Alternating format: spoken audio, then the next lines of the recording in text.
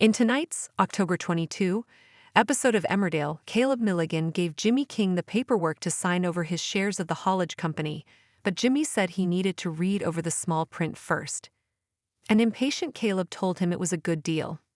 "You're also clearing your debt and setting yourself up for the future," he said, adding that he was doing him a favor.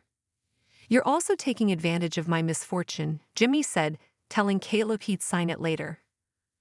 Chas Dingle confronted Caleb about blackmailing Ruby Fox-Milligan's mother Helen before she died. He asked Ruby to hear him out and explain that the money was for their future and the least she deserved. "When did she ever give you something out of the goodness of her heart?" he asked. "As soon as Jimmy signs it over, we'll be richer than you ever can imagine." After he revealed that her parents once tried to pay him off to stay away from her, she forgave him.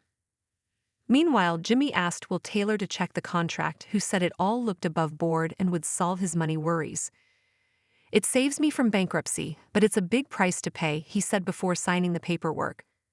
However, when Caleb returned to seal the deal, Jimmy handed him an envelope with the shredded contract inside. He told Caleb he knew about the 5-year deal he had set up with the new depot, which would save him from bankruptcy. "I won't be taken for a mug," he said.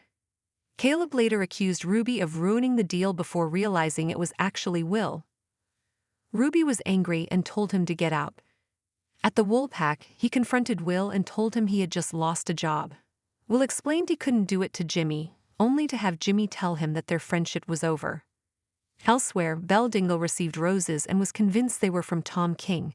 He denied it and accused her of being troubled. "Do you want to end up back in the secure unit?" he asked.